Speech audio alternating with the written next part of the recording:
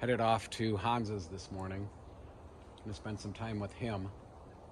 He's got a demonstration forest that's part of Golden Sands, a nonprofit in the area that helps restore habitat. And he's gonna share that demonstration forest with us and talk about what he's done over the last 50 years. Hans is an ex-professor, retired professor emeritus at UW-Stevens Point, which is one of the premier universities if you want to get a forestry degree. And he was there. It is right there. He calls it the rock and roll demonstration forest, and we'll let him explain that name. So he's also got a super cool driveway. Look at the size of that rock.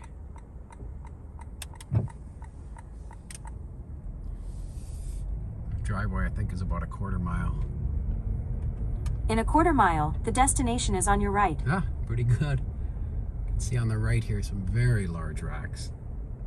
Those rocks were probably put there between 50 and 100 years ago. This area just grows rocks every spring. Rocks grow from the ground. Great soil for growing rocks here. Farmers spend a lot of time taking rocks out. This is an interesting transition zone in Wisconsin between agriculture and forest land. A lot of rocks have been piled here over the years. If I remember to ask Hans who did most of it. I'm gonna guess it was farmers before him, but maybe it was him. Super pretty drive in here. A lot of these trees on the left and right Hans has planted. Beautiful white oak on the left. There, I think some maple. There's a beautiful white pine there on the left. He really knows how to plant trees along a path, along a road, to make it really aesthetically pretty. He'll talk about a lot of the trees that he's planted here. I think most of them on the left and right he has planted over the years. There's some tamarack larch. You can see a number of piles of logs here. This is the logging that he has done over the past year.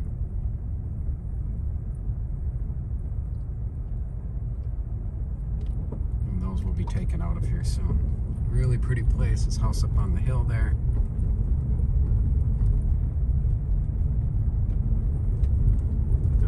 Building. I'm going to park by the outbuilding. Yep, says we're here.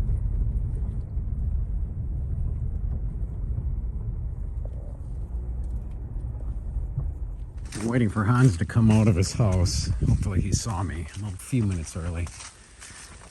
Here's his back field. A lot of wood back here that has been cut. There's an old logging machine. You got some geese coming out. Very pretty here.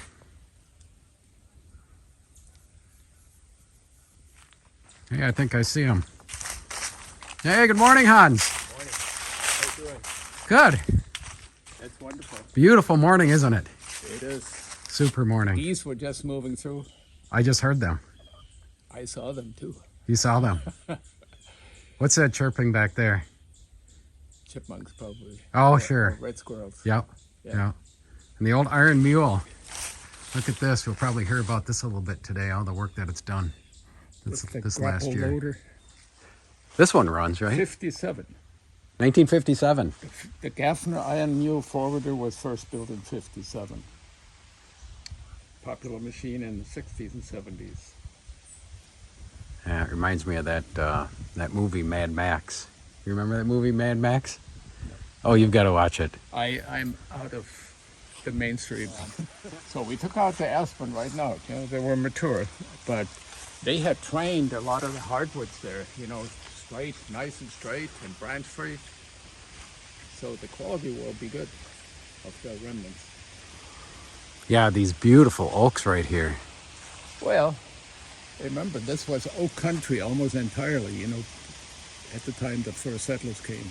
For hundreds of years, this is like Oak Savannah, right? 1850s. Yeah, the records indicate Oak Savannah. You know, the first survey records. Yep, yep. So, you know, and with that Indian passage, right, going through there, not surprising that they would torch it, you know, make it easier to walk through and probably hunt game and get rid of ticks and whatever. Yeah, this is just so cool. So tell me a little bit about you. Well, what do you mean? I was born and Where were raised- you born? Born and raised in Germany. Went to forestry school at the oldest academic forestry institution in the world, University of Freiburg in the Black Forest. Then got a PhD in forest protection at Duke University. And then lived happily ever after here in central Wisconsin. When did you arrive here on this 73. property? Oh, the property? Yeah. I bought it in 76. And how did you find it? How did you find this property? I was Because this is like amazing property. You know, the bow hunting thing really appealed to me. All German forces are hunters. Oh, sure. It's part of the training. That's required, almost. Not almost. We actually do have a required hunting class in undergraduate education. And that's Germany? Or Yeah. is it? Yeah.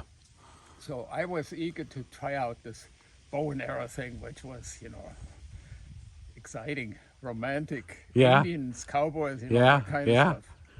And I asked the local farmer if he minded, you know, if I hunt here. And at that time, land was not generally posted.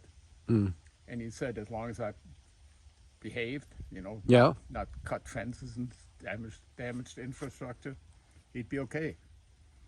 So I scouted and I found this oak right up there.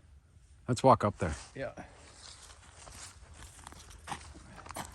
So you asked for permission, and And he said it was he okay. said yeah. Yes. So Before I forget, what are these grasses on the left and right?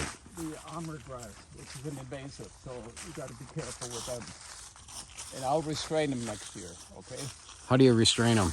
Well, just out-stubborn them, you know, you just got to mow them down. Ah, okay. So They're I'll beautiful. tolerate them in some places because they are pretty, Yeah. and I will restrain them in other places. They make a nice hedge, don't they? Yeah. All right, let's go see that oak tree. Well, the oaks that are retained, as you can see, they're developing the nice big Beautiful pine white oak there. These are all and- yeah. I left white oaks. one One pin oak right there. just for nostalgia reasons. And the oak wilt hasn't got it yet.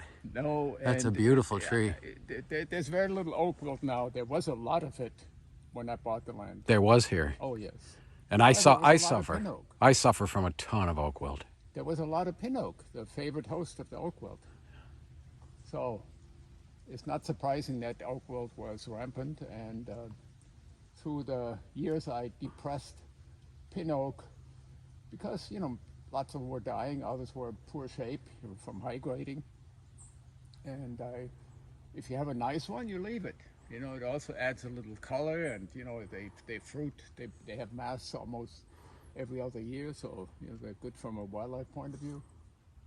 But as you can see, I favored the oaks here on the south-facing slope. And they belong here. Okay?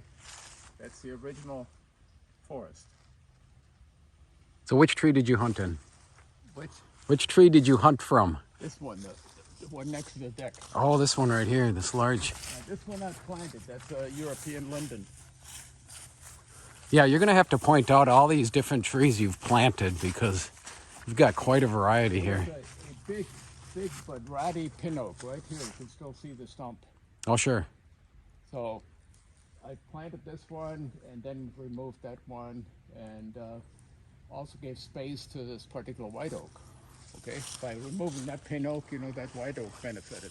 Oh, sure, yeah, look. And that's the one I hunted from. It had lower branches at the time, so it was fairly easy to get up on.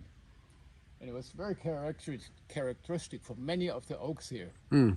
You know, How so? because there was low stocking density.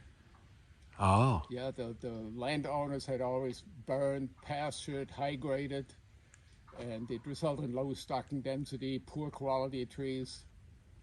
And of course, a poor quality oak is still a good acorn producer. So, anyways, I found a branch up there, sat on it on one nice October evening, sunny, and there were $5 down there where your car is parking. So I was intrigued. There was no barn there at the time. what a pretty view from there. Oh, it was lovely. And $5, you know. Wow. But, you know, there's fields here, there's fields there. There's field here, it's protected on the west side, on the north side. You know, not surprising that deer would love this. Another nice thing about them, I have since appreciated the fact that the southwest winds come right through this gap here. You know, it's almost aligned with southwest wind. So it blew your scent right away from them. Oh, it's nice. And the divide, we're on a continental divide, Mm. so there's no open water. So it's relatively comfortable, you know, in terms of mosquitoes and that kind of thing. Oh, sure. Yeah. Yeah. Well, you got some great topography here, too. Well, the topography appealed to me beside the deer, okay? So it was Yeah. deer first, The deer was first. and the oaks, And and then the oaks. topography. Yes, right. And then I found out that the woods were very rich in tree species.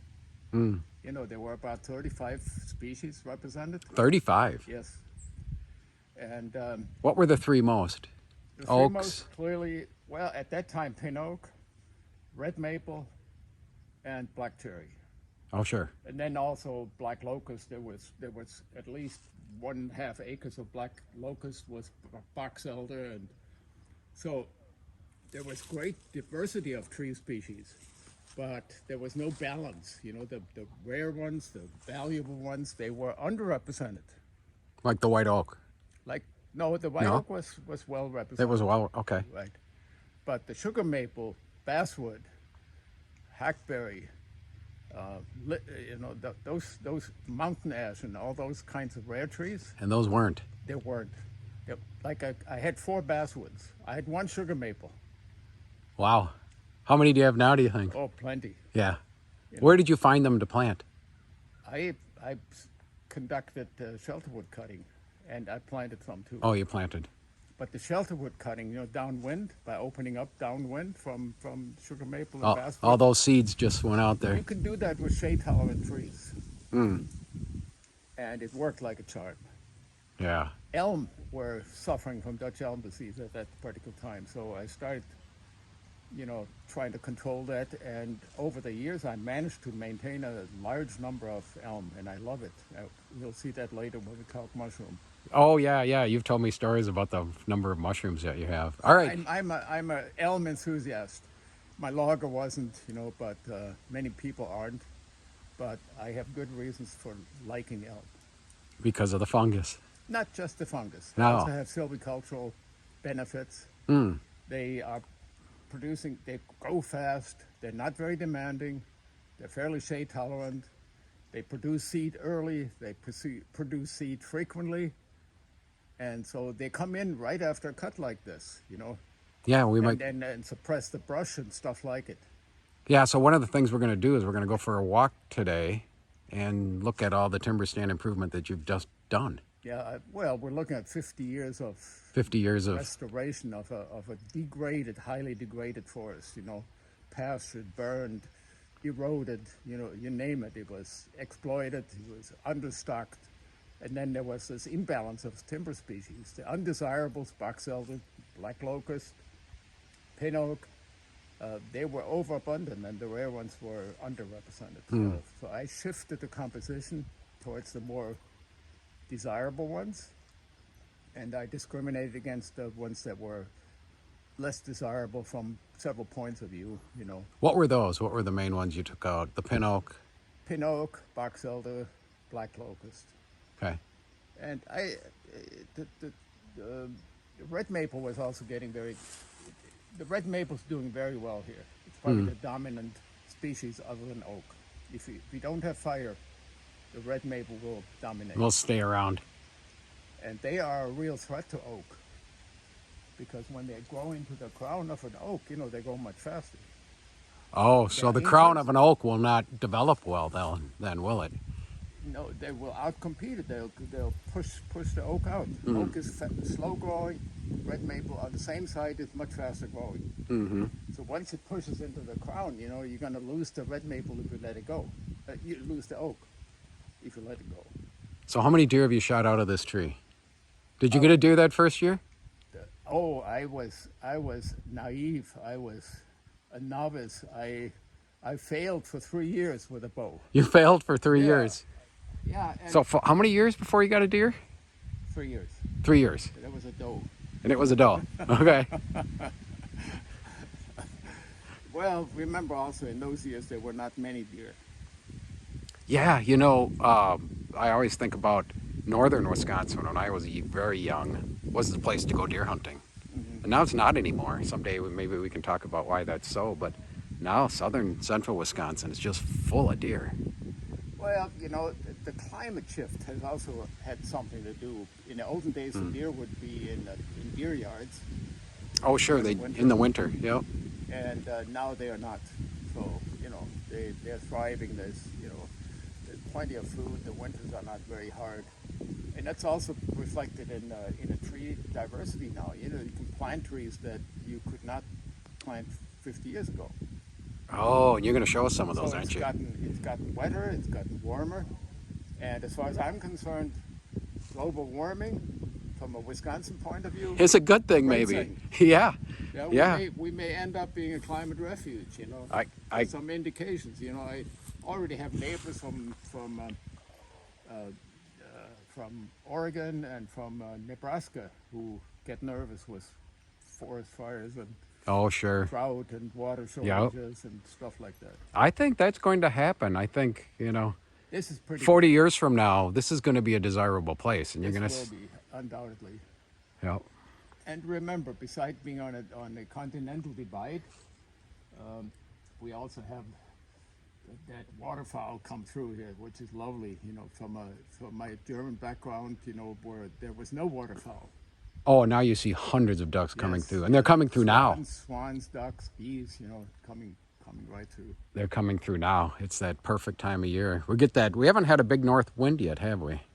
No, well, the color is a little late and a little muted They are this year, aren't they? because we haven't had really cold nights. All right, what do we see here? That's a fungus. You see that? A mushroom. These white things that live on bark, outer bark, dead outer bark. Ah, But they're not parasitic. They're killing that bark, feeding on it, and they produce that smooth bark effect in white oak. oh yeah, a lot of white oaks Yeah. have exactly These are the that. fruiting bodies. Yeah, just tiny mushrooms. So that bark is still Oh, yeah. working for the tree. Oh yeah, no problem whatsoever. So the rougher bark right here will continue to peel intact. off. That's intact. So the fungus will probably spread without harming the tree. Without harming the tree. So the only harm I see is in the loss of, character bark. Oh, sure, the rougher bark. Yeah.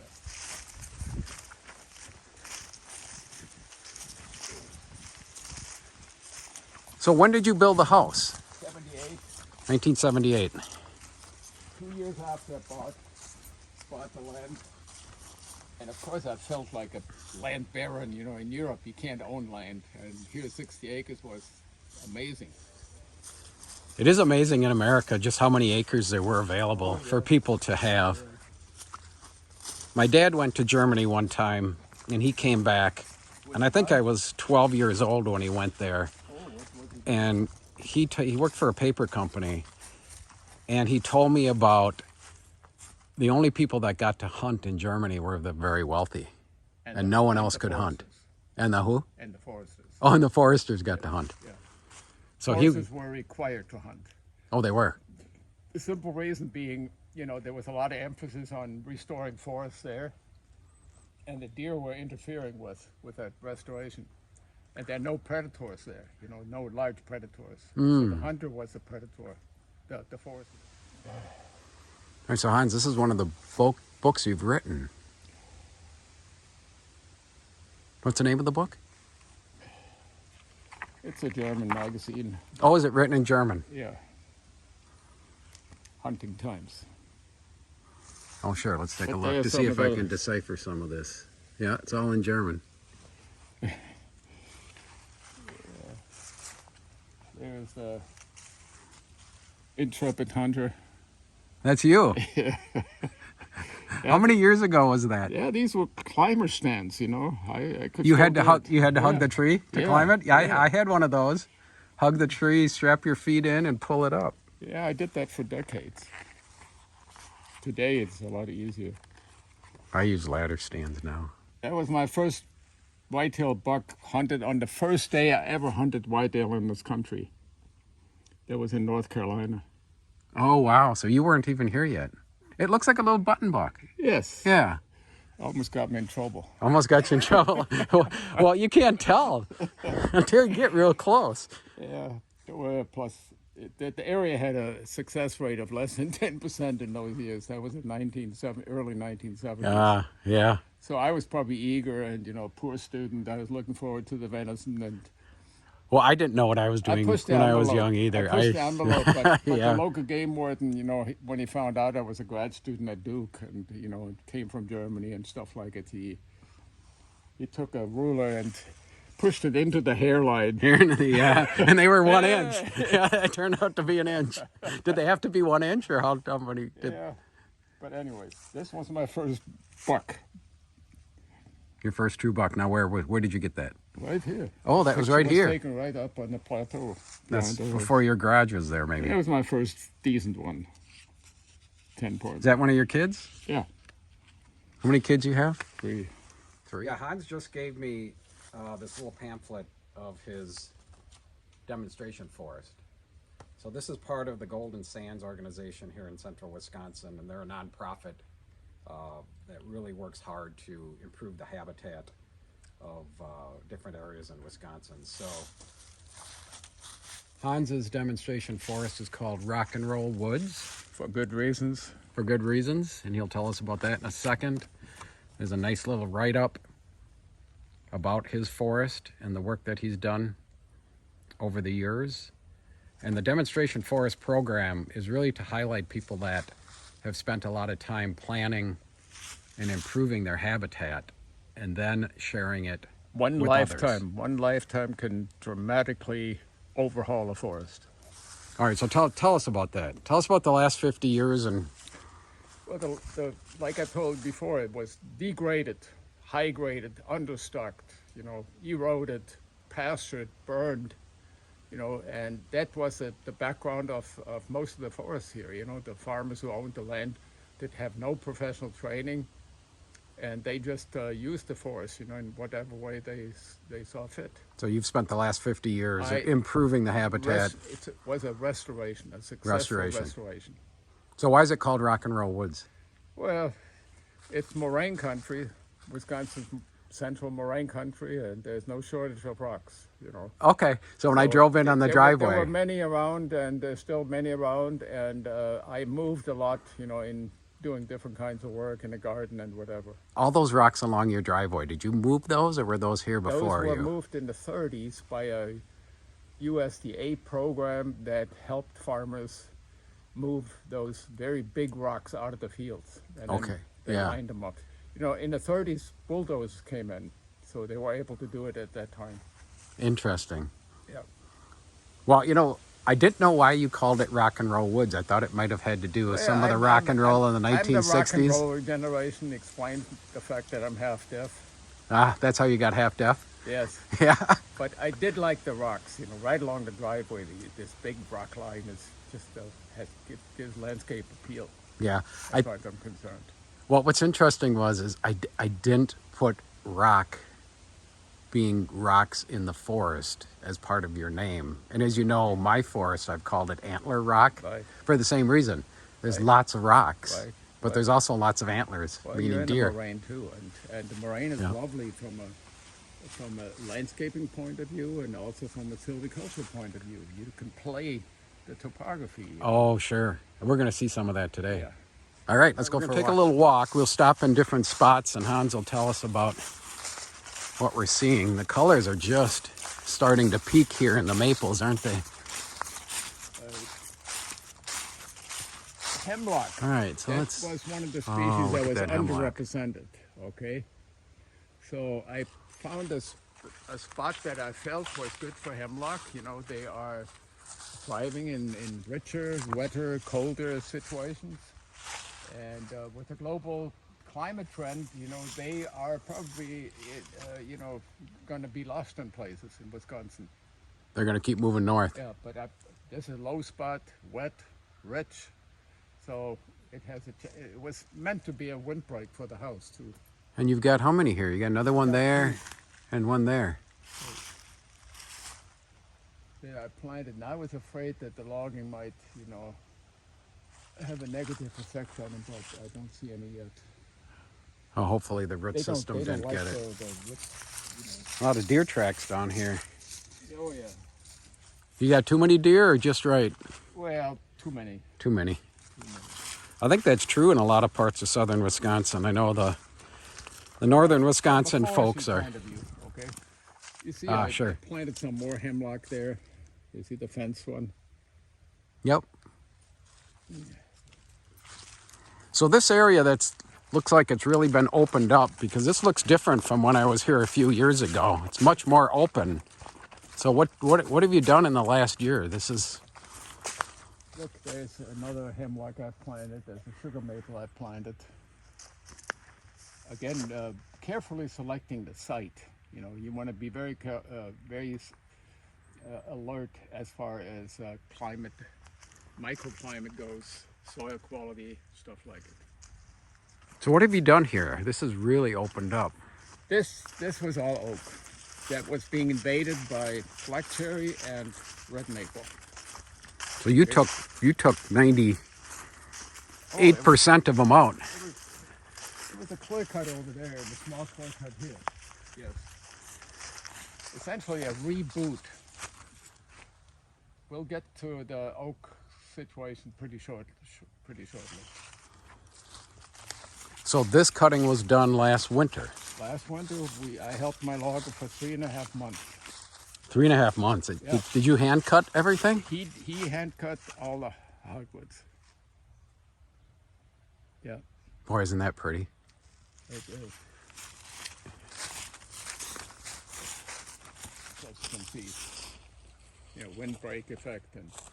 Yeah, so you spent a lot of time planning exactly where you're going to cut and what you were going to leave. Well, it's the end result of 50 years of prep work. Like I say, planting, timber stand improvement.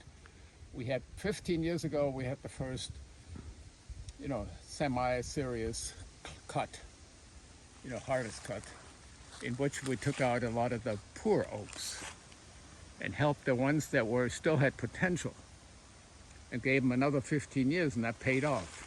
You know, so they were poor oak, but we still got 1 or 2 good logs out of them.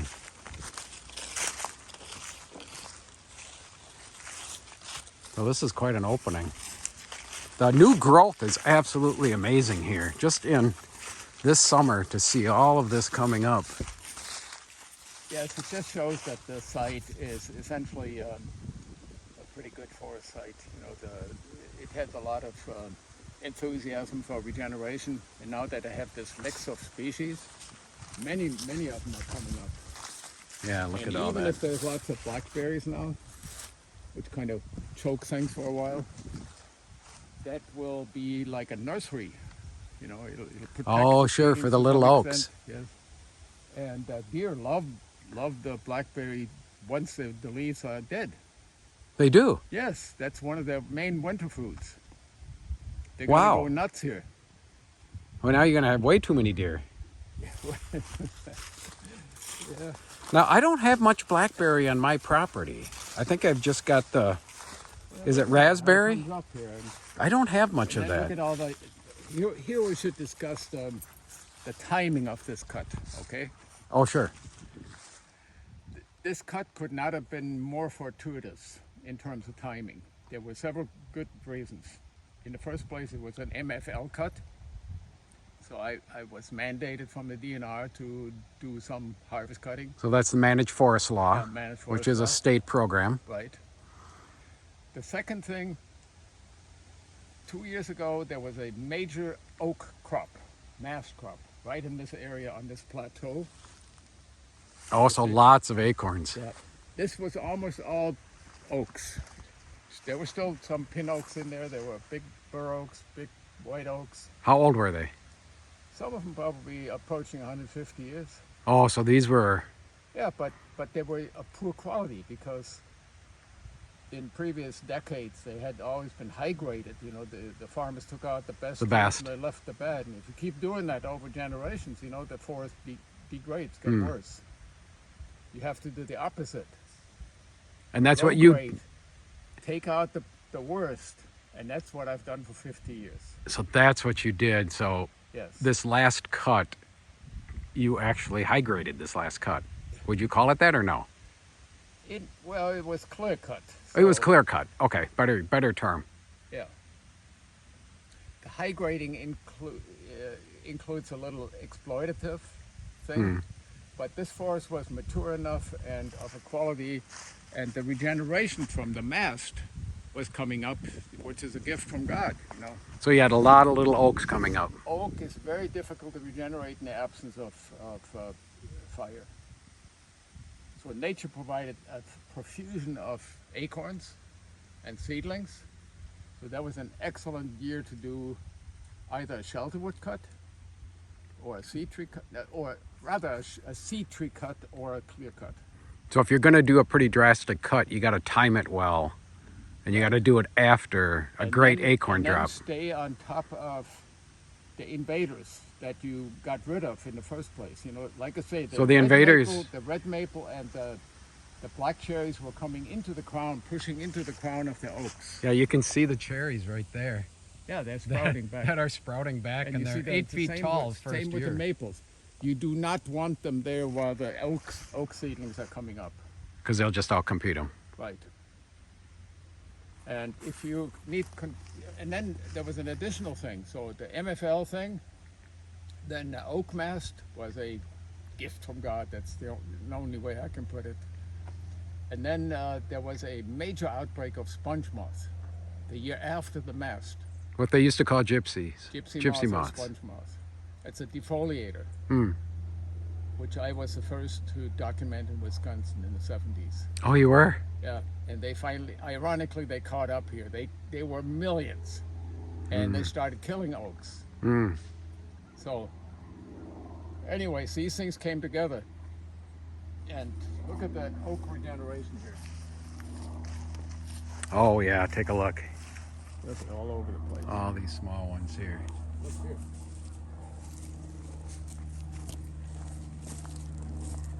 There's oak all over. Your timing was perfect. There's an occasional pin oak. You see that? The others are bur oak or white oak. Look, everywhere.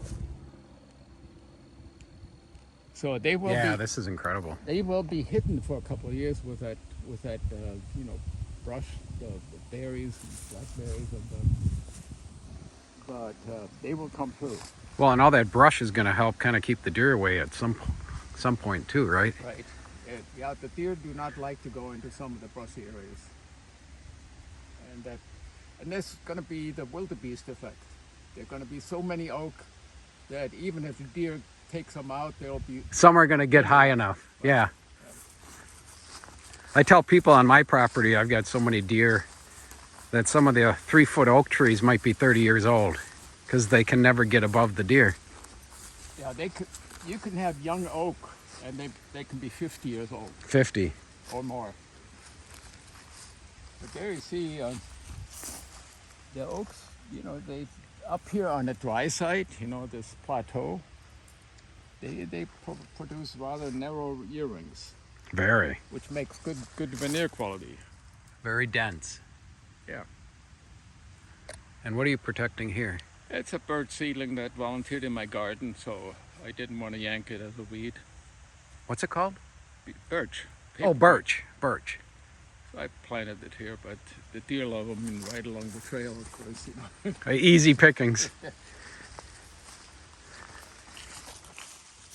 So how many acres did you actually do cutting? We did, in 3.5 months, we got accomplished about, I would say, over 30 acres. And it was you and one other person. Oh, we got a bunch of deer moving down there. I know you can't see them on the video, but they don't like us here, so they're going to move somewhere else. That's what I was hearing before when you were talking, all the crunching about 100 yards out. See it go? Just standing there now. There it goes. Yeah. I see. Little doe or bigger doe. Yeah, that's that hay field, you know, alfalfa field that they come back from. They sleep here on your property in the day, don't they? Yeah, there's some more. Oh, there are more down there? Yeah. Yeah, we're not going to see them on the video, but. All right, so you did 30 acres. You and one other person. Yeah. What was your role? What did you do? Did you work the chainsaw, or what did you do? He did the hand cutting, okay? He's an extremely good logger. And I helped him with measurements, you know, speed up the measurements, 8-foot lengths, you know, for cutting. Oh, you helped him measure? Yeah. Yep. And I moved equipment. And of course, moving through slash was monkey work. Driving through the slash. Did you drive the iron mule? No. No. He did. Another rock. Oh, there's no shortage. There's always...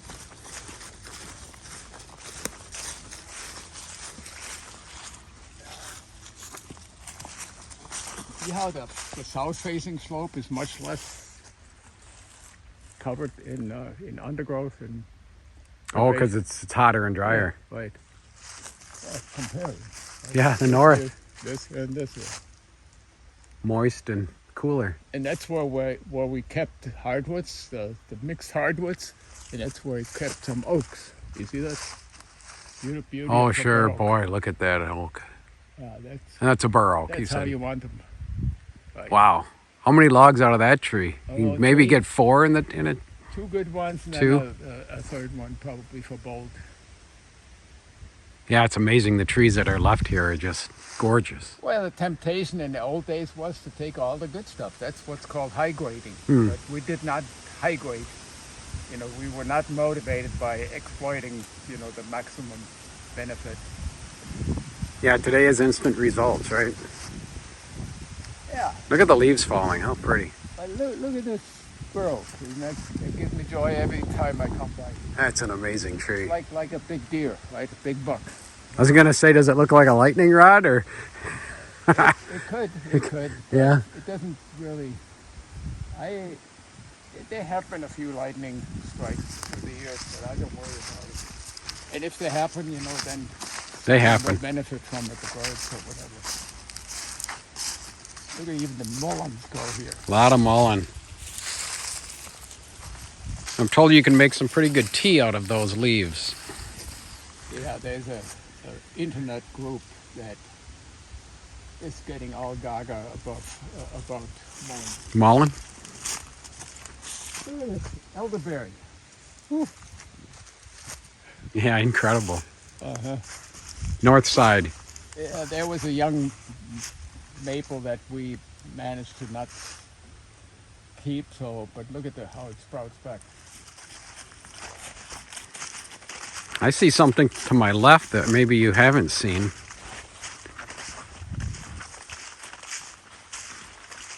Oh, one you got Oh, a little deer trail. The We got wasp nest. we got a wasp nest.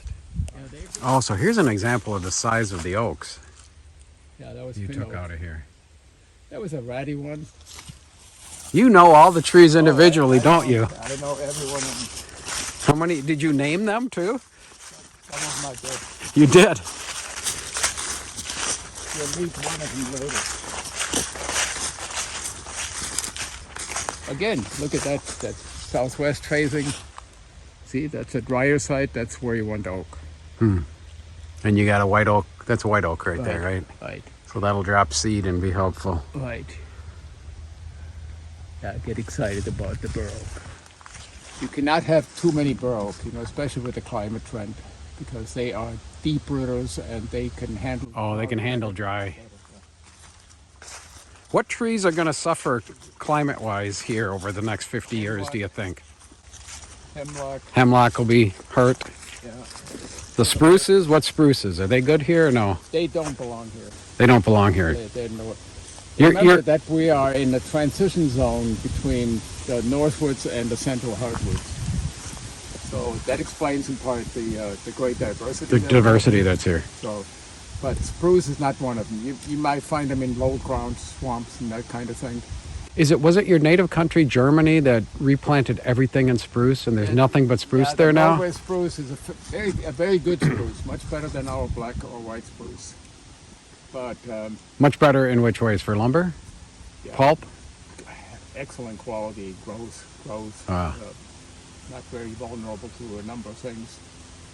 And they overdid that, but that was in the early times of forest development, Oh, 1920s or... No, No, we're later? talking like 200 years ago. Oh, 200 years ago. But 200 years ago in Europe, they exploited the forests mindlessly, Just If like there- we did here in Wisconsin, right? If there was an industry, that needed wood, they would go get it. They right? just cut everything. Glass industry, mining. Oh, for the... Okay. And then the engineers associated with those mines and the glass producing factories, they realized they had to go farther and farther, and it was getting more expensive to get the wood. And one of them had that idea: hey, we don't have to do this. We can plant trees. Mm. So he came up with that idea of sustainable growth, and then they planted spruce because it was easy to grow, it's fast growing, but then they overdid it for it. They planted too many spruce. And now, and then they paid a price, and bark beetles came in and drought and stuff like that, Oh. and fire. You cannot overdo any one particular species, or you court. You're going to have problems. Like the red pine So plantations that's here in one of the Wisconsin. reasons why you want to have biodiversity, more stable system. Now, we haven't seen any pine plantations yet. Do you have any pine plantations on the property? We have some on the north side, but we're going to get to that one in a little while. All right, we'll see those next. How pretty. Look at the sun coming out Yeah. against those red maple. Well, that forest over there, the neighbor's forest, looks pretty good from here, but it's actually a very miserable forest. How so? The quality is abysmal. It was high graded, and there's too many red maples in there. The oaks are all poor quality and now dying. What do we got here hovering above us? Vulture. Is that a vulture? Yeah. I don't know if you can see it. The oaks that you see here that are fairly good, they're still in my land along the edge. Oh, so you left some. Yeah. But you go into that land and it's Just all maple, or what is it in there? and poor oak, and oaks dying every year. So they're going to lose all the oaks. Hmm. Yeah, just look over there. How many oaks do you see? There's that one, which is on Oh, there's several. Yeah.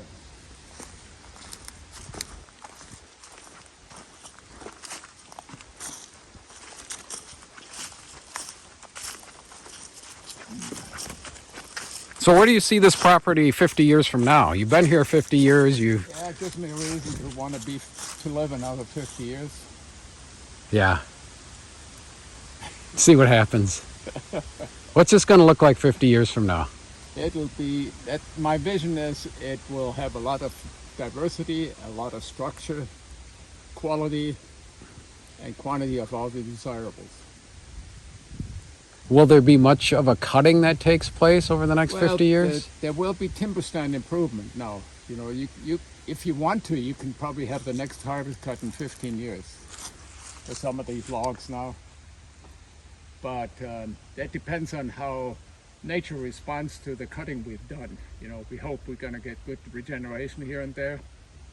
And then the owner will have to manipulate the composition and the structure. To how they want it.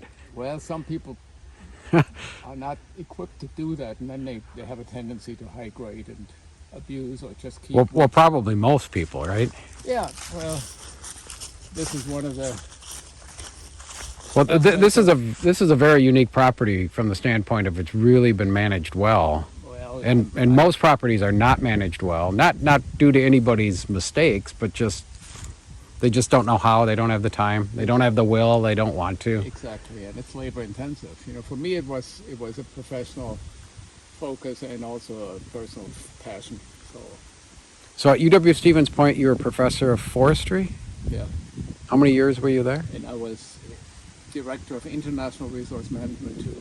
Oh, so you got to travel. I traveled a lot. I took students abroad like 33 times. Wow. How many? Everywhere. How many? Fiji, Tahiti, Australia, New Zealand. Not a lot of oak East trees Africa, there. all over Europe, Nicaragua, you name it. Did you bring back seeds and trees? Yeah, here and there. Here and there, yeah. As a matter of fact, you can have one if you want. How many years were you a professor at Stevens Point? I was a professor at Point for 30 years, and then I was a professor of forestry and wildlife management in East Africa for 3 years. After Stevens Point? No, in the middle. In the middle. Yeah, So they gave you some time off and you went there? yeah, 3 years. Which country in Africa? Tanzania. Tanzania. The time of our life. Was it? Oh yeah. Oh, where's Tanzania? You got to tell me. I know it's in Africa, but is it north, south, east, or west? It's south of Kenya, north of Mozambique, east of the Congo. That's not helpful. As far as the continent, is it north, south, east, or west? East Africa. East. And what kind of forest did they have there? Well, tropical dry forest and jungle. Okay.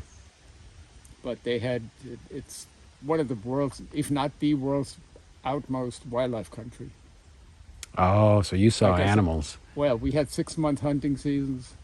Oh, which you're a hunter, so We you had love about that. 23 species of common game that we could get licensed for every month. A lot. Wow. Yes. So you ate a lot of wild game. Oh, everything from hippo and zebra to crocodile, you know, you name it, all the antelopes, kudu, and Wow. I've seen some of the mounts in your house oh, too. yeah. So, Oh yeah. Oh, boy, look at that back there. How have pretty to that go. is. Yeah, look at that. You got deer. They're loving these trails that you made for them. straight towards the alfalfa field. Yeah. So right at sunset, they're walking here every night. Yeah, I got a lot observation point up on that ridge. Yeah.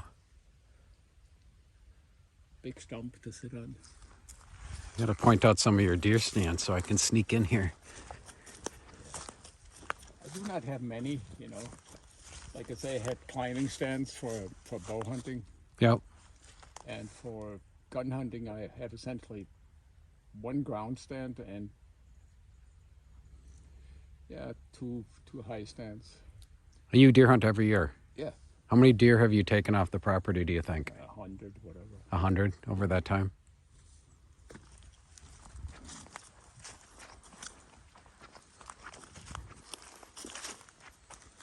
All right, tell me about invasives. What kind of invasives did you face when you bought the property and over the years, and how did you get rid of them all? Because I don't see any invasives. The locust was a major problem, and that had been brought in by the farmers because it could produce a rot-resistant fence post. Oh, That was the reason why most homesteads had a locust clone with it. You can cut them every couple of years. and they just keep fast, growing. And you had a fence post that was fairly resistant to rot. So, but you see here again the rolling and mostly the depressions for the mixed hardwoods. And this is an extension of that clear cut of oak. We got another one. So I want oak back here. I love the topography. You know, it's just enough, but not too much. Right. Look at that beautiful bur oak there in the middle. You saved that one. What's its name? What did you name that one? Is that Charlie, or is that Linda, or what is that? Not one of the named ones yet.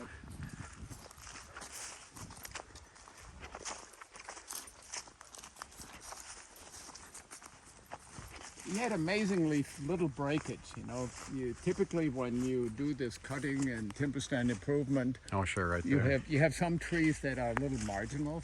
They may be too long for the diameter. And then if you get ice or wet snow or wind, Oh, they break. they Yeah. bend or break. And even with elm, it can happen, you know, if they're forked like this one. So you lost that one in this ice storm, Yeah, that probably. one will come back. But this one is probably lost. If I cut it, it'll come back from the sprout. If it dies, then the downy woodpeckers and the, you know, all the insect-eating birds will be happy. So as you manage this forest and you had trees die, do you typically leave a dead tree standing, or do you cut it down? If it's an oak suffering from oak wilt or elm suffering from Dutch elm disease, I cut them down right away. Do you try to get rid of And them? dry them out right away. Dutch elm disease grows in wet wood. Oh, Yeah, the fungus So- grows in wet wood.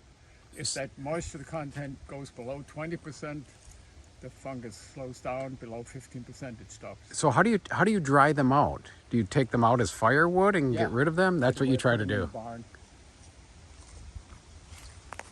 The same with oak, you know, you've got to cut them before the fruiting bodies. So before the bark breaks away. Right.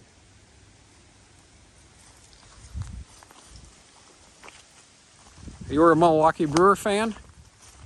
Who are they? Who are they? The Milwaukee Brewers? I've not been here in America long enough. Oh, okay.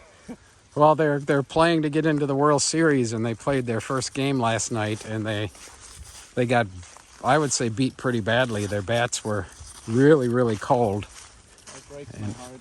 and we're going to the game tonight in Milwaukee, and boy, I hope they play better than they did yesterday. Here's another tree you took out. Yeah, that was a maple. Oh, there's more of your. It was a Clear cut. big maple there that had 3 stems, and the logger put those down, you know, in one. It was one felling, which took some skill.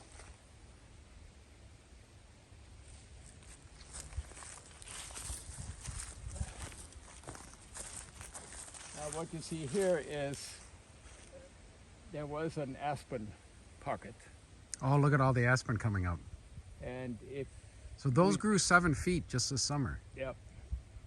If we had just kept them, they would have been prone to wind throw because they got very shallow root systems. Oh, they would have tipped all over. Right. They were about pole-sized, and it was better to cut them and then get a second crop, you know, from the root. And as you can see, they've been very responsive. Wow, crazy. And they can invade now of much of this cut, as far as I'm concerned, because oak are compatible underneath it. Oh, so they'll help the oak. Right. Because aspen only lasts about 60 years, right? And they start tipping over, and then the oak can come up. Right. There's another nice bur oak. Yeah, that's how you would like to have oaks. But I had very few of this quality kind of timber. But now with proper stocking coming up, You can they'll control trade that. each other. Yep. They control. There's aspen here coming, same clone, and just fine. The more the better. You'll have more grouse. You also get, grouse, and you get certain butterflies. Oh yeah, what butterfly? You were telling me there's a certain butterfly. Yeah. What's it? The swallowtail? The swallowtail is on cherry. On cherry. Tiger swallowtail is on cherry. The giant swallowtail is on prickly ash, which is a shrub. Do you have any ash trees left on the property? What? Ash? I have young ones. Lots of Young ones. Walnut. Oh, there's your walnut. Is that one of those you spread, do you think? Yeah. Like I say, I'm out in the woods daily, so I tend to carry a few.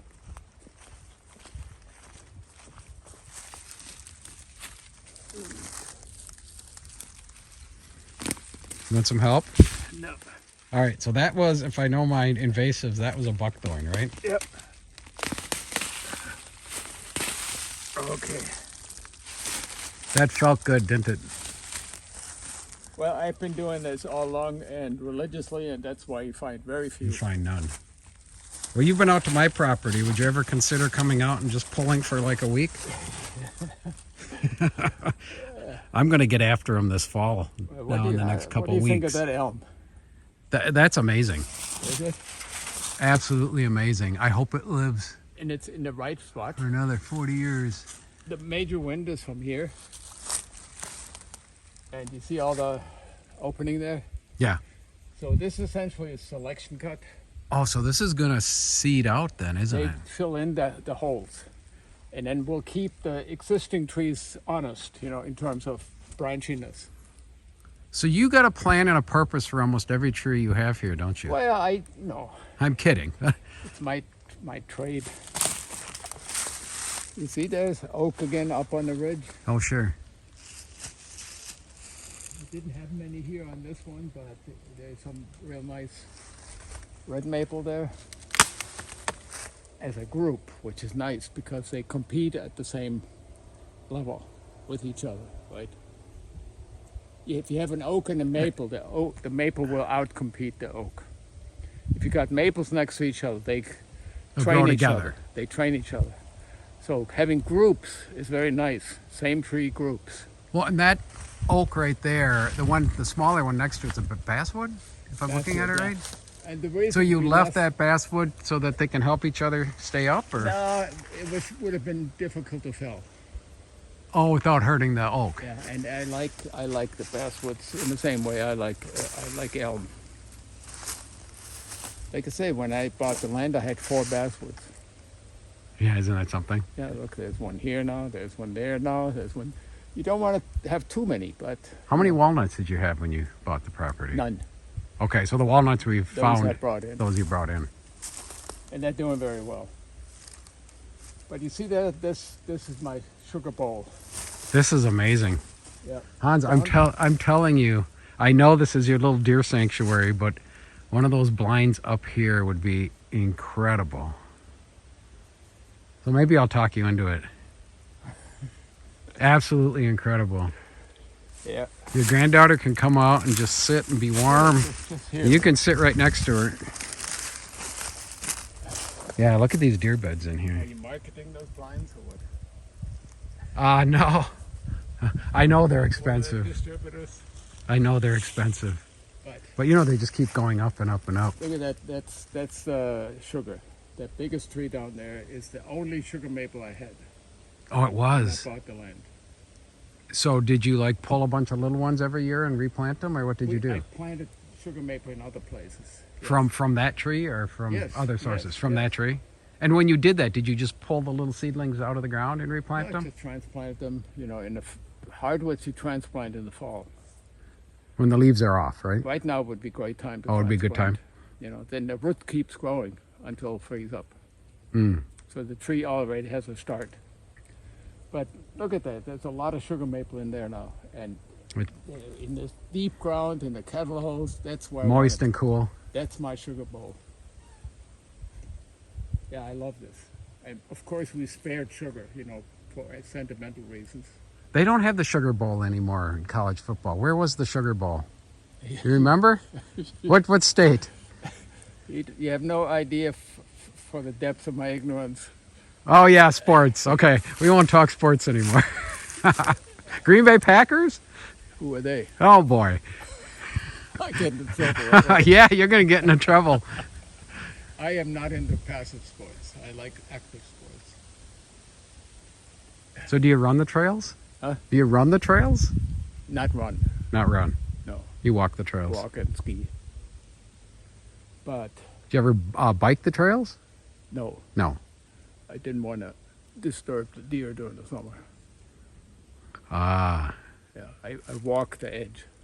I think you could disturb the deer a ton and they'd still come back to Well, this. they're getting used to me anyways, you know, but still, I try to keep the sanctuary, the core here as a sanctuary. What do you think the deer call you?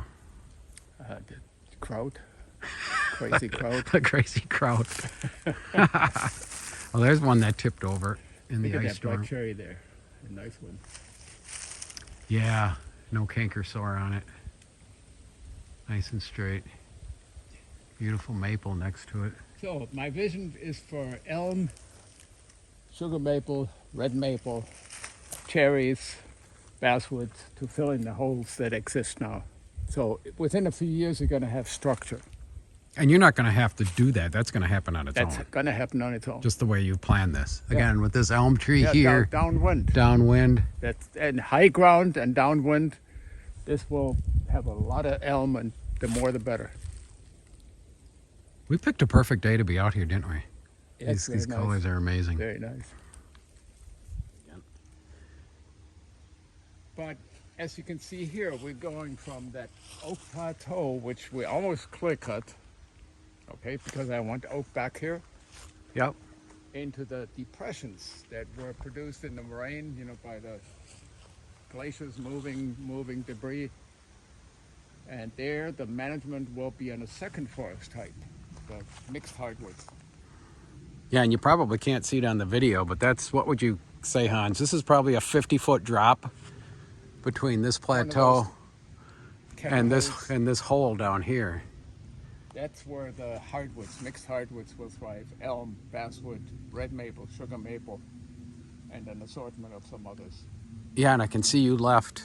There's a really pretty red maple there. Is that a red maple, the Yep. one that's turning color? What are Right. these two right in front of us? Those are basswood. Oh, those are two They basswood. don't discolor as nicely, but as we get up on that spot again, you can see there's bur oak. And so I generally favor the oak on south exposures, on level ground, you know, where the soils are not too rich, and that's where you get the best oak quality. If oak grows very quickly, the year rings get too wide, and then the quality, there's Oh, the quality goes down. quantity there, but no quality. And they probably don't have as much strength either. Yeah, look at the elderberries here. They're coming up thick too, so the birds will love it. This is going to be a wildlife paradise Yeah, for the okay. next It 20 years. is, but you can see they're even chewing on a. Look at all the food on they an have elderberry, here. which is not one of their favorite fruits, but they move along the trail, and that's the easiest to get to. So can I ask how many cord of wood you took out of here and what kind of wood you took out? Oh, Did you get much veneer versus we got saw logs we got versus bolts? And surprisingly good logs, you know. Yeah, and we got cherry and red maple and oak, bur oak and white oak and red oak, veneer logs, quite a number of them. Typically the trees did not yield more than 2 logs because the forest was understocked at one time, and at that So a time, lot of branches. the branches were coming way down. Oh, to get 2 logs out, But that's it got a lot of firewood that way, and the logger Oh, is sure. very motivated that way because that's where he makes his money. where he makes his money. Ah, I didn't know that. He gets paid in the saw timber too, but the landowner gets the bulk of that. Can you describe how you work with him and how he was paid? Did you both agree that he'd be paid so much per hour, or did he get Yeah, paid if by? you sign a contract, that's what you typically agree to. I've worked with him 15 years before. You know, we work well together, and I don't bother with having a signed thing there. It's just a handshake. Right. Yeah. So he made his money by taking a lot of the firewood out, Yeah. and then did you pay him to actually do the other work also, or? Well, he does all the work and he markets it. You know, he delivered some firewood that I wanted that for my purposes, and I can use as much as I want to, you know, Okay. in existing piles. Did you market the other logs then, the veneer and the saw logs and those Well, sorts of things? He or- marketed those. He did those? He's got, you know, he's in his early 60s, so he's been doing this for decades. He knows what he's doing. Contacts, and they came in right away to claim those logs. Okay, the buyer came in right away, and they put a mark on them, Oh, okay. and right there they established volume and price. And price. So Got it. oak mast, then gypsy moth, and then also a good oak price. The prices are good. Yes. So people are starting to use oak again in their homes. There was great demand for red oak and for white oak. Yeah, I was surprised. I'm having a timber cut done this winter, and of all the loggers I contacted, none of them, except for one, wanted oak. But the price I got, I thought was pretty darn good. But I was really surprised that the rest of them said they did not want any of the oak. All right, so what do we want to see yet, Hans? What's left? What the mushrooms. Oh yeah, the mushrooms.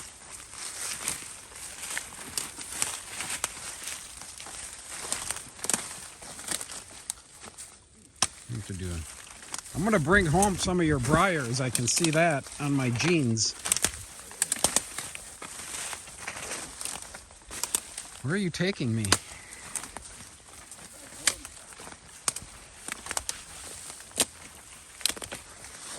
I got a lot of practice falling through slabs. Oh, I bet. All winter long. You didn't break your ankle. I'm surprised I never had an accident.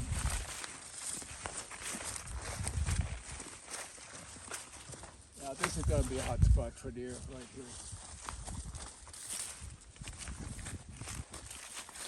Rock and roll.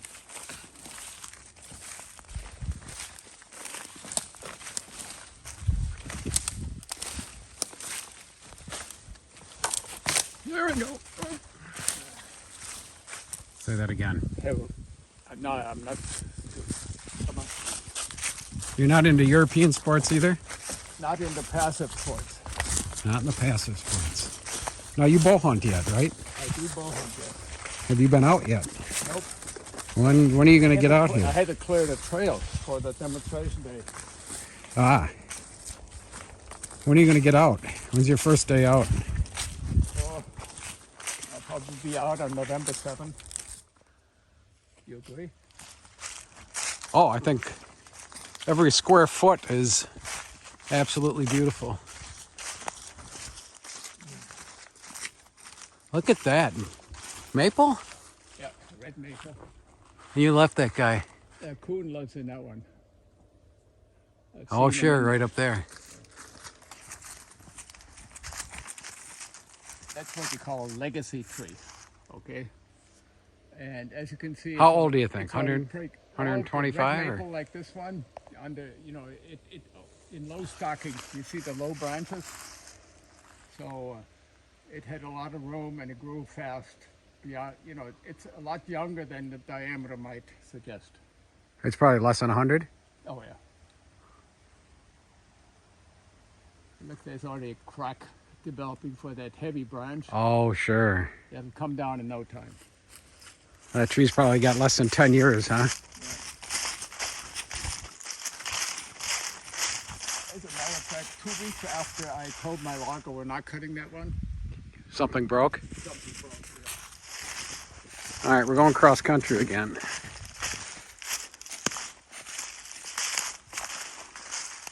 Oh, yeah, take a look.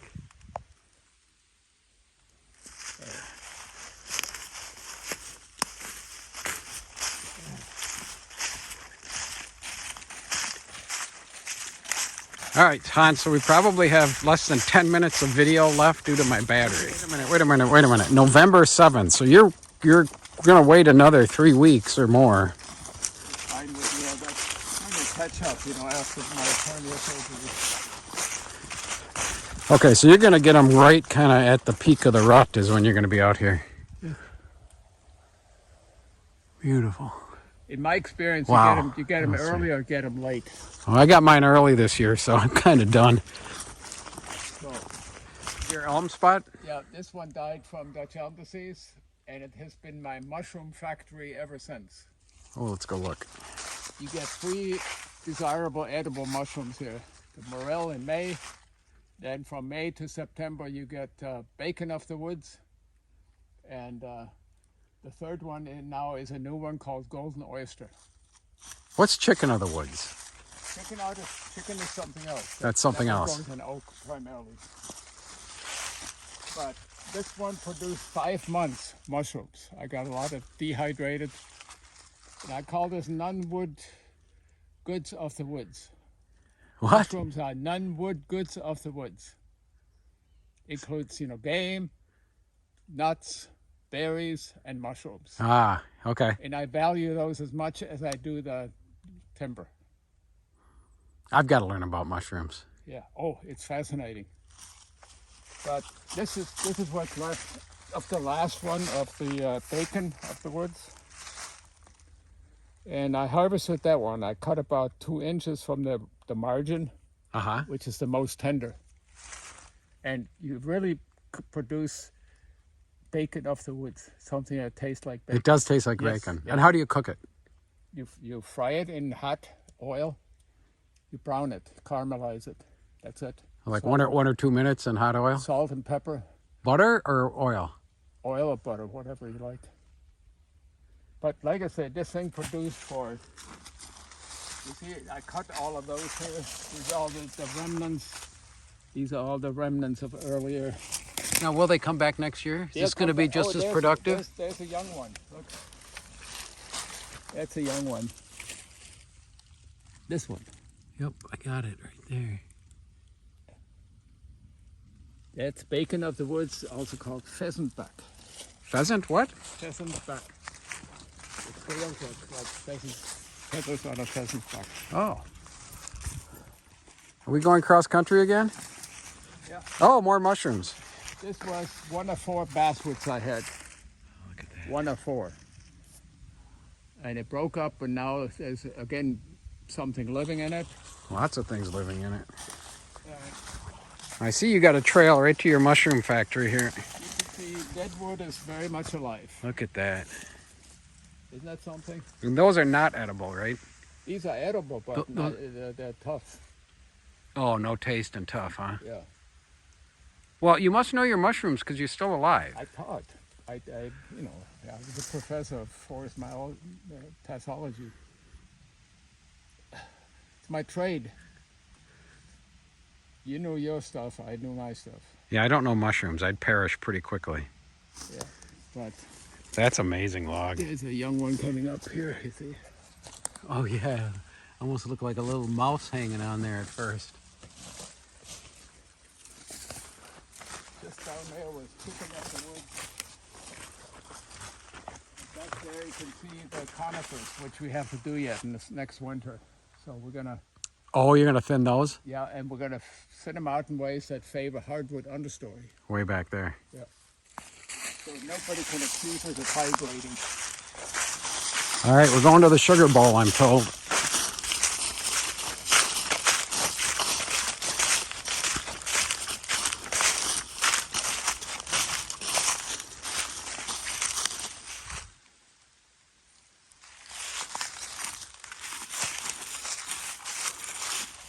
There's a hackberry back there. See that big Oh, one? sure. Yep. 2 of them. Look at this. This is just beautiful. All right, so off to the right, that's where we were just standing, correct? On that high point up there? Right. Now you can see the elm.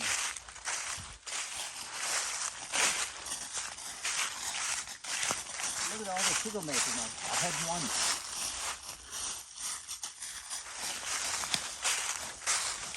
And that's mother? Is that the mother tree? This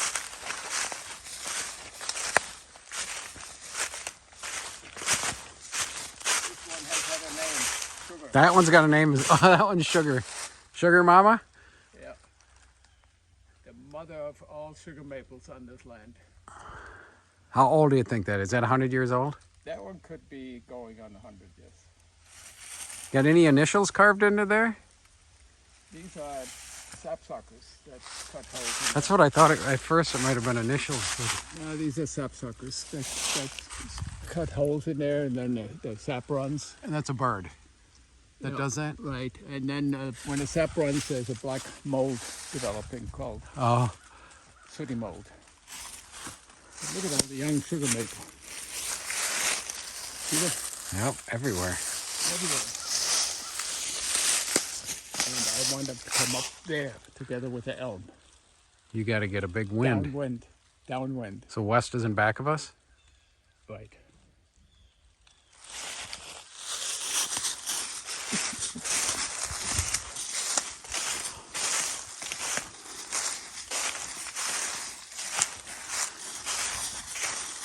I'm missing some of this good stuff, so I'll keep videoing. So you said your vision turned out. Well, 50 years ago, I wanted to restore a basically degraded woodlot to something that's near natural. Near natural, biodiverse, productive, beautiful. Are you going to bring fire through any You of can this? have your cake and eat it too. Yeah, I don't know if that's true, but maybe here it is. Are you going to have fire come through here at all? But they used to, in the olden days, they used to burn this, and then they would pasture. And they would also use fire to smoke out squirrels, in hollow trees. Oh, and hollow trees. More mushroom. So for the sugar maple, I did a shelter wood cut, again using the wind. And this was a shelter wood cut for the basswoods. And you can see they came up. You did all the marking yourself. Yep. A rare herbaceous plant that's more common up north, called spikenard. I hope I'll get more. I like that plant. Does it have a berry? Yep. Up on the ridge. I see a deer stand up there. Where? Right up on that hill. Oh, that one I put up yesterday. Oh, you put that up yesterday. Yeah. It's hard to see, I know, on the video. Is that where you're going to That sit? one I can get to. My trail is going right along the edge, so I can come in there. Oh, you can sneak in there. Yes. All right, so what's that little tree growing in the bowl? The what? That little tree growing in the bowl. It's a hemlock. Oh, that's a hemlock coming up. You planted that. Hemlock likes cool, moist.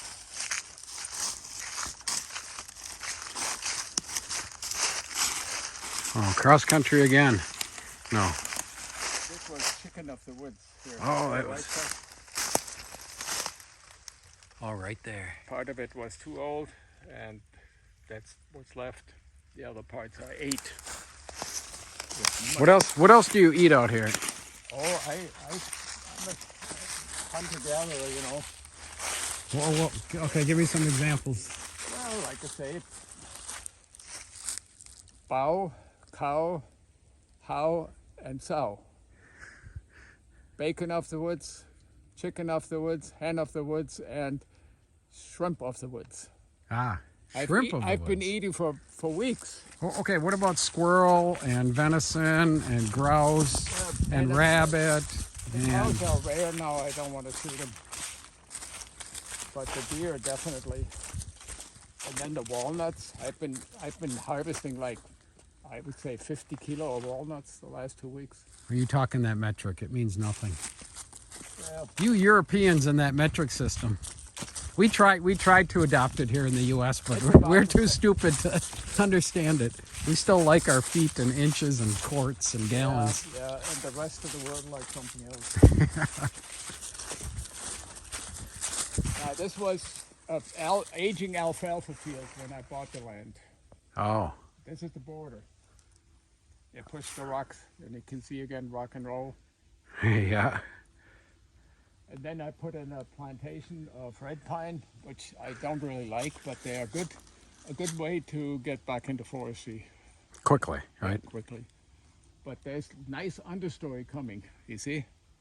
Oh, sure. So I favor that understory. I Those want it in are those hardwood. maples or oaks and coming up? Maple, elm, hackberry. There's a whole bunch of hardwoods in there. So What? to put in the red pine as a nurse crop. Oh, okay. And they were planted 50 years ago. In the second generation now, it'll be hardwood, mixed hardwoods. And you're going to be taking, how many of those pine are you taking out this, Quite a number, like over half? probably. You just leave some like legacy trees that you'll let go for, Not pine. not pine, Large, yeah. the large. It's a yellow birch. Look at that. I planted that one. Oh, yeah. Just like hemlock, they like low ground, cool, low. Oh, a frost pocket. It never came into trees. Nothing's grown there. But now you're getting some things. Now I've got these kettle holes back there, but there's trees around it, so they'll not develop into frost pockets. Oh, they're What naturally I'm saying is insulated. if you clear cut frost pockets, you'll have problems. They won't come back. It'll take forever. You just get raspberries forever. Right. This would be good for staging the wood, you know, the cordwood, the pulp. Oh, sure. But these pines were planted in 1980, and they developed problems in the low ground. You see that red pocket decline. So I'll take out as many as is feasible at this point. And these are your European larch? These coming up. Oh no, these are spruce. These are Norway spruce. Yes. Yep. They are a select group from Black Forest. So I planted them in a low spot in the frost pocket Look at those. to see how they're doing, and they're doing fine.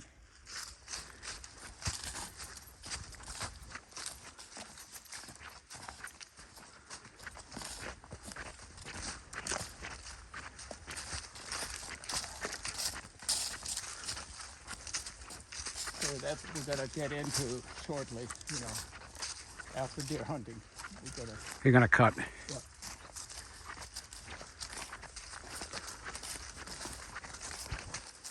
An experimental plantation. And these are the larch again, right? This is large. And these are 50 years ago also? 84. 84.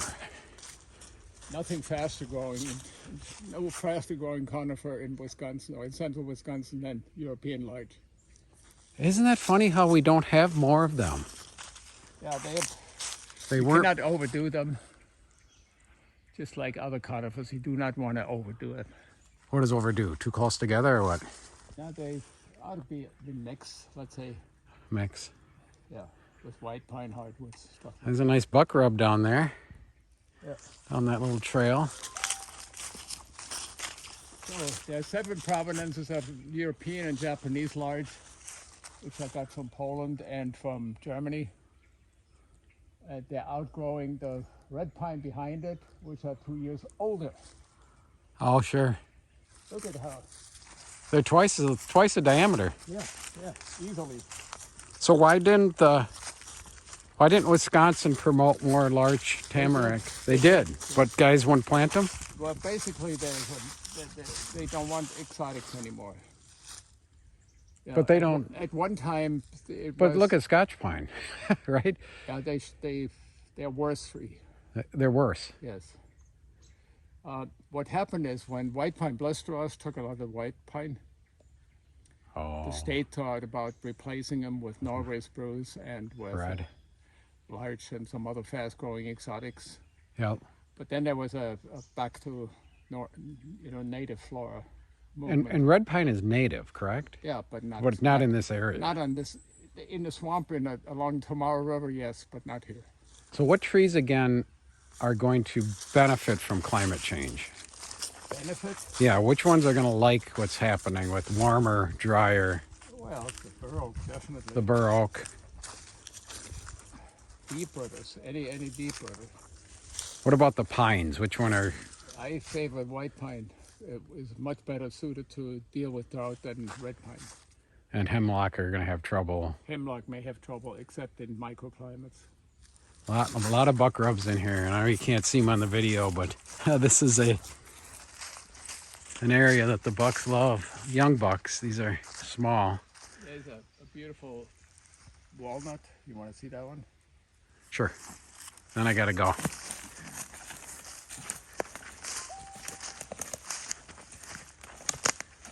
Oh, now Hans, on this little white oak, or maybe it's a burr, I can't tell, white oak, that tipped over. Will you help this, or you just hope it stands back up? Cut it, it'll come back and then the deer eat them.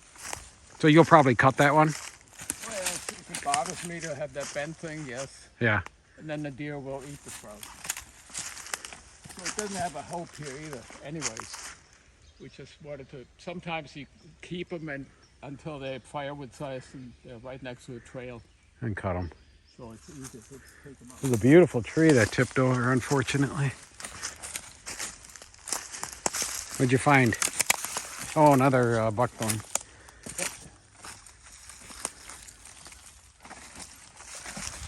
Now, what do you think of this walnut? Boy, is that a beautiful tree.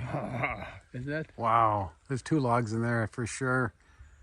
Now, how many years before that would be cut? Has that got 20, 30 years left? Well, saw timber typically 12-inch DBH. That's what you want? Yeah. So that's about what, 10 inch right now? What would you say? 8. 8? So that's got a ways.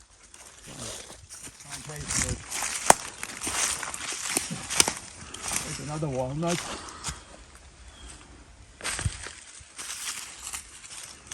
You planted, it will grow. I just threw the acorns, you know, the walnuts. There's another one there.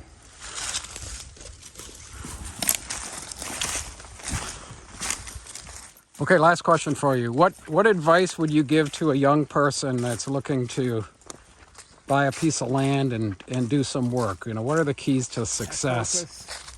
Have focus, develop a vision, and then be not negligent with the follow-up. You know, it's got to be persistent. Persistent. Yes. Focus and persistence. And you might One need. person should remember that they don't make land anymore. Correct. Love it, cherish it. Well, maybe with AI coming, AI is going to make land. They say AI is going to do everything. Maybe it can make land. Yeah, I don't worry All about right. AI. I'm trying to be silly there. This is an aspen we cut 15 years ago. We just let it go. That sorts itself out naturally. It's large tooth aspen. But that's what I planted.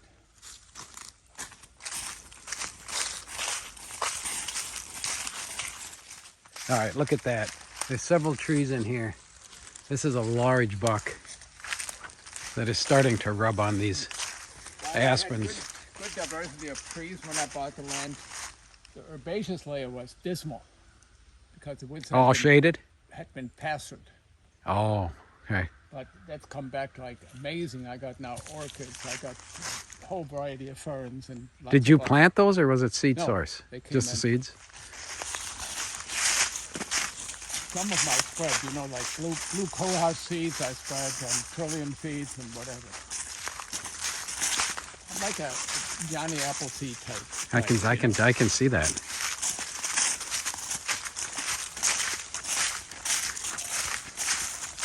All right, we're gonna run out of video battery here, Hans. Yes, Last words. Last thoughts, last words. well, here you see more or less the selection cut, and then we get up to an area that might qualify as a seed tree cut. Okay. But that's just the subtleties to address the 4 forest types that I have here. Each of them requires a different treatment. You know, And those 4 are? the 4 oak, aspen, conifers, and mixed softwoods. Got it. All right, there we go. Another nice buck rub on a larger tree. That's going to be major. That's from the elm. The elm is over there, so that's one trail. What the cause of your worry is. And a lot of times your worries never come true. See, there's another clone of aspen, so we cut about an acre or so. You see that? Yep. All right, all about 6 feet tall, 5-6 feet tall. And there's a couple of white pines, you know, that I inherited. And you kept those for We, aesthetics, or? yeah, sure. Unfortunately, they will not regenerate in that dense understory. They would benefit also from fire. You know, once cool, rich The hemlock. microclimate, yes. You planted that one? I planted that one. And it's in the right spot, on a north facing Rock. little hole about halfway up from the hole. And I had it protected for years, you know, against You the- did. Wow, beautiful tree. There's an apple tree here, another apple tree here. And you got, is that your biggest buck out of this white Yeah, pine? my first 10-pointer. And where'd you get the deer? Where was it when you shot it? It came right through there. Oh, it came through right back there. Gun or bow? With that one with a bow. With the bow. All right, so we're ending up here. We're back to the house. Last thoughts, Hans. Thank you for the tour today. Well, last thoughts, like I say, this is an entire reboot. It's like I just purchased a new piece of land and am excited about. I can tell you're excited. I wish I had a second lifetime. That's we are. the fate of the forester. They do not reap the fruits of their labor. I did to some extent. Yeah, I think you did. Yeah. I think you definitely did. All right. Thank you again, Hans. This was absolutely terrific. Yeah, you're welcome.